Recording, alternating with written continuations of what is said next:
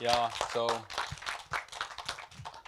if you didn't like the math from Maria's presentation, I think there will be even more math, but you like you cannot leave now. So yeah. This is a recent paper. I was working with Liam Egan from Alpen Labs and Zeta Function Technologies, and we were working on how to prove pairings inside the snarks. So I don't know how many of you heard about pairings, but we'll talk briefly about it. It's a very nice mathematical construction used everywhere today, and mainly you will see that as we have more L2s, more bridges, more rollups, which are mainly using elliptic curve based snarks, which are also pairing based for the very far efficiency. Uh, it's very common to have at least one layer recursion where you have to prove that you verified some specific snark. And when this snark is a pairing based snark, what you have to do is to actually prove that you verified pairings inside snark. If you have more deep recursion, like some IVC scheme or PCD, there are techniques to postpone pairing verification until decider, but we are not gonna talk about that. We are mainly interested in how to do this like one layer recursion where you actually have to prove pairing inside the snark. Yeah. So um, when working with circuit and when proving some computation, it's very common not to carry the full computation inside the circuit. And whoever worked with circuits or ZK, two mainly, maybe the most common examples are inverse computation and square root computation. So these operations are not cheap to compute, also not in field. And instead of proving the trace for their computation, what prover can do, the prover simply hints what is claimed inverse and what is claimed square root. And then, instead of, as I said, computing, it just proves that it is indeed an inverse in the field or that it is indeed square root. So this is like more fundamental. It's kind of always easier to verify something than to solve some hard problem. It's much easier to just check if some graph is tree colorable than for the specific instance, if that's correct, tree coloring than solving if the graph is tree colorable at all. So yeah, there is like more fundamental relations how we can uh, verify computation instead of prove that we carried some algorithm, and that is mainly one of the basic ideas of our work. So before we go into math details, so pairings are these extremely beautiful constructions which are bilinear maps on elliptic curves. Uh, there are many variations of them based on which curve you're using, what do you need. But in cryptography, we are mainly using something called asymmetric pairings, where we have these two distinct groups of points. And the E, what we call pairing, is an operation that sends these points from these groups into something we call target group. So um,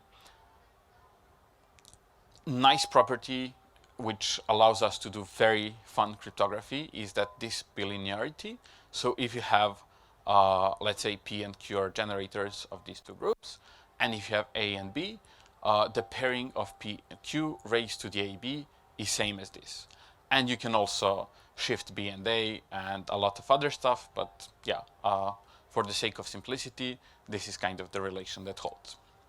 So why this is powerful tool for cryptography, but like in others fields of math.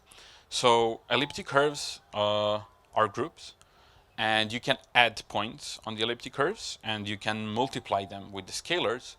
But what you cannot do is you cannot multiply points on the elliptic curves. And pairings are this like magical construction that allow you to multiply 2 points once. So it destroys this group structure. So when you multiply 2 points with pairing, what you end up with is not an elliptic curve point. So that's why I said you can multiply just once. You cannot go back, but you can multiply just once and get something in this target group, which I'm not gonna go into what it is, but actually it's by the practice we saw that it's like very powerful tool to build like a lot of fun and powerful cryptography.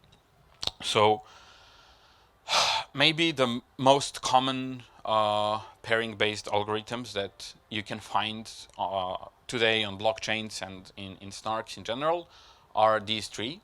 I use different notation for all of them, but this is kind of notation that you will find in the different papers, which are based on different schemes. So it all started with BLS signatures. You have these very nice signatures where you can write like have elliptic curve digital signature based on pairing, where everybody can check that if you actually have a signature, then pairing of signature and generator on G2 group will be equal to pairing of hashed message to the G1 point and the public key. And then you have more complex relations, how you check KZG polynomial commitment scheme, which is essentially checking that some polynomials are equal in some secret point that nobody knows. That's like a committed point in the elliptic curve. And Grod 16 has even more complex pairing verification thing. Yeah, it was good stuff, right? I'm in the wrong class. So yeah, the Grod 16 has even more complex equation to verify the pairings. But essentially, what is like shared between all of these is that when you're actually verifying stuff with pairings in snarks, it boils down to verifying that some product of pairings are equal. So all these essential algorithms will actually check that some pairing or like some product of pairing is equal to some other product of pairing. You can have like algorithms as some generalized inner product pairings where you can have some generalized inner product arguments where you're not checking equality of pairings, but in the like broad way of concept, all the snarks in the end will check that some products of pairings are equal. So the pairings as construction are like very structured, very algorithmical, and we were able to use this structure in order to show that when you're actually trying to verify or to prove that you have a product of pairings that are equal, you can remove the most expensive part of the computation of pairings. So there are two types of pairings mainly that you use in cryptography, or there are more, but like on curves that are defined or fields, you have two types of pairings, Veil and Tate. And today everybody uses Tate pairing because of efficiency, and then you have something even more efficient, which is just 8 pairing. That's why we have this T in bracket. So these algorithms now we call just like optimal pairings, and it's like always 8 pairings. Okay, so at high level, how the computation of pairing is carried. So this is far from the state of the art, but just from the conceptual overview. So as I said, you have 2 points, one from one group, one from the other group, and the output of this algorithm is something that I said in the target group, which I don't want to define that, but you have to define something called embedding degree of the curve and to compute some field extensions. And then that field extension is what we call target group. So we are outputting some number in this target group. What actually happens is if your pairings are equal, in this extension field target group, your result will be equal to 1. So just imagine it's like multiplicative inverse 1 and don't care what the target group exactly is. Then you have some parameter of curve. You can compute it on many times, on many different ways. I'll show what's the most optimal later. And then you have this part that is called Miller loop, which is loop that depends on this parameter u here. So we literally go through each bit representation of this parameter, and we do some work at each step. So we have to square this accumulator, and then we have to evaluate some lines over elliptic curves in this G1 point. So in general, this is how you compute divisors over elliptic curves. And this is the only computationally practical algorithm that was designed by Victor Miller. That's why it's called Miller loop.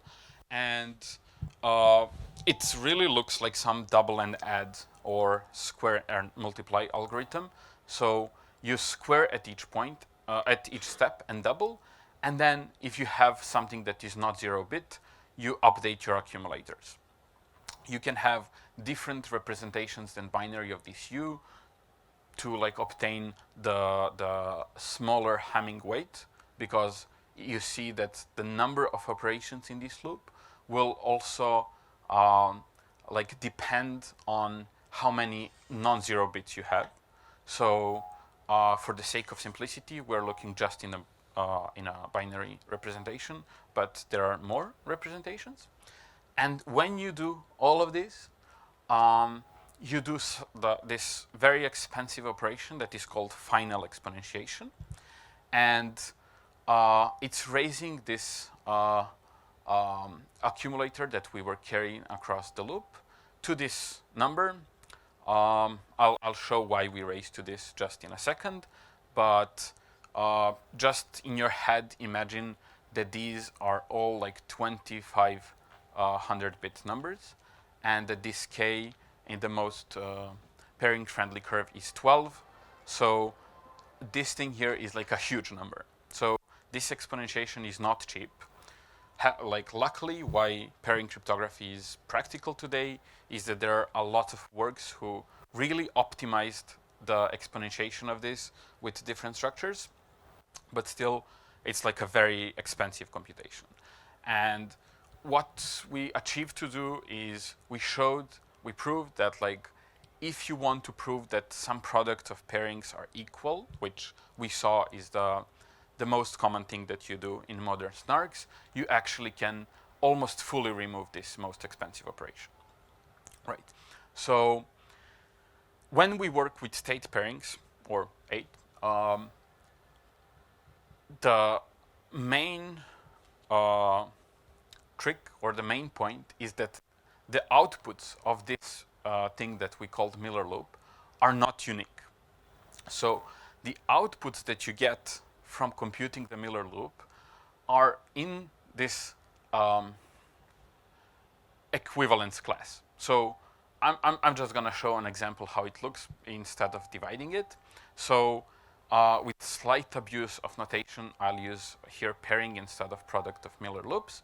So when you compute the Tate pairing, what you get is if these two pairings were equal, the result of them in this target group is not actually going to be equal. So you can see that they're equal up to some arth root of unity. And now I'm not going to go into that, but imagine that the result in this equivalence class is like described with two elements.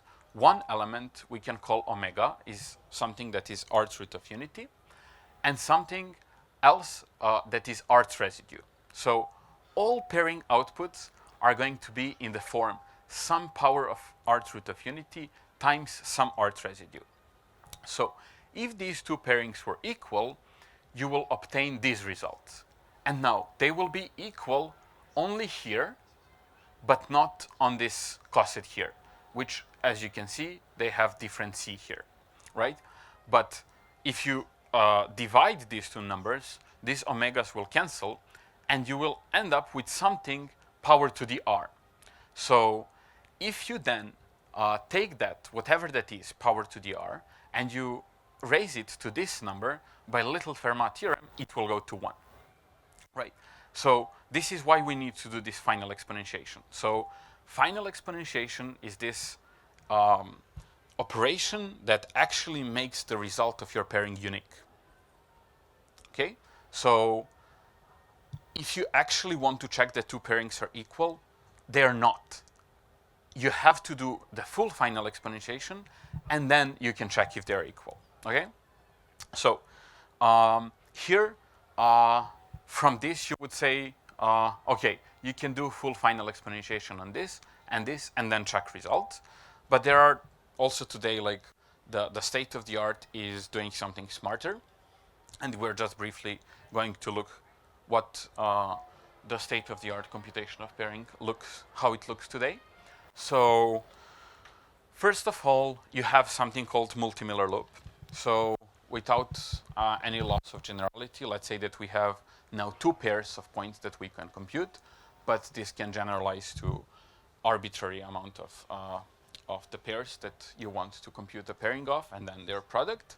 So what you can actually do, you run this one loop, and now I'm not going to go into details of this, but you can see that by accumulating everything into this single f, instead of running two computations separately, you actually compute this squaring only once.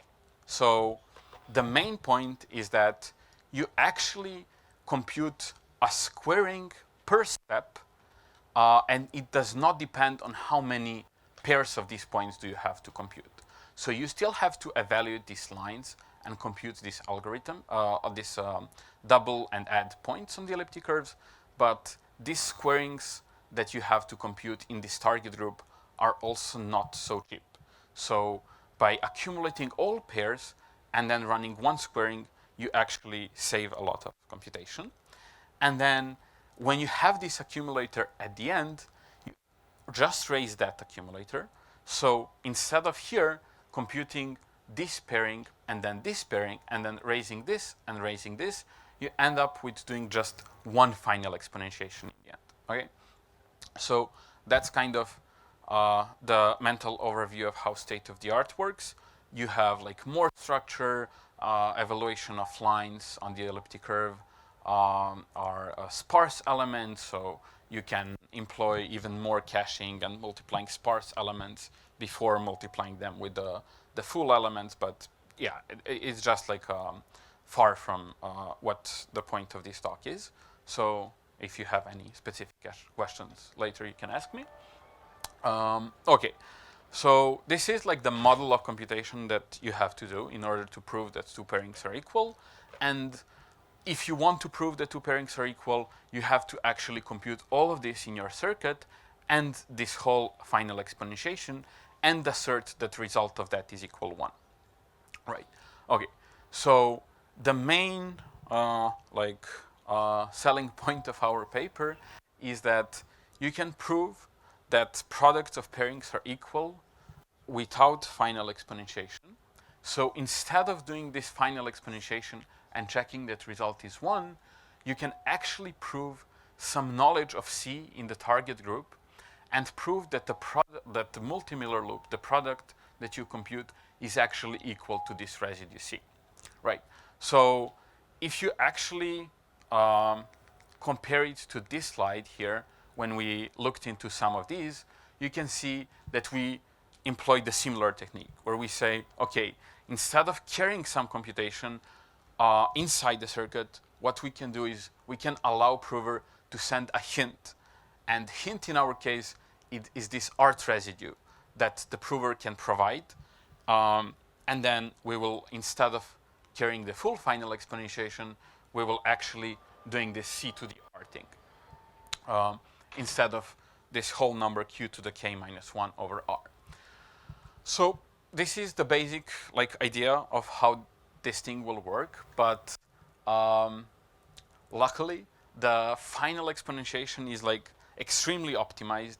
There is so many structure per curve that you can use. So replacing the final exponentiation by this exponentiation by r is actually it's not giving some huge gain in the amount of operations that you have to compute. So you can prove, or like you can see the proofs in our paper, that this is still complete and sound, meaning that if the product of your pairings is equal 1, you can always find this residue, and if it's not 1, this residue cannot exist. So it's fine, but in like amount of operations you have to do, you will not gain anything, any substantial performance. Okay, so there are more techniques and more uh, like optimizations that when you actually employ, you get a significant performance. So I'll just briefly go through them because they are a bit harder to catch from presentation if you're already not familiar with this. So um, one very common thing to do in number theory is that when you have your field, which is like FQ, or like where Q is some prime, raising stuff to the Q is called Frobenius map, and it's like extremely efficient. So by little Fermat, in the like in non-extended field, this is just like identity. So if you have extension field, it's a bit harder to compute it, but it's still very cheap if you choose correct basis, which is called normal basis. Raising a number to the Q can be obtained by just doing like cyclic shift of your polynomial.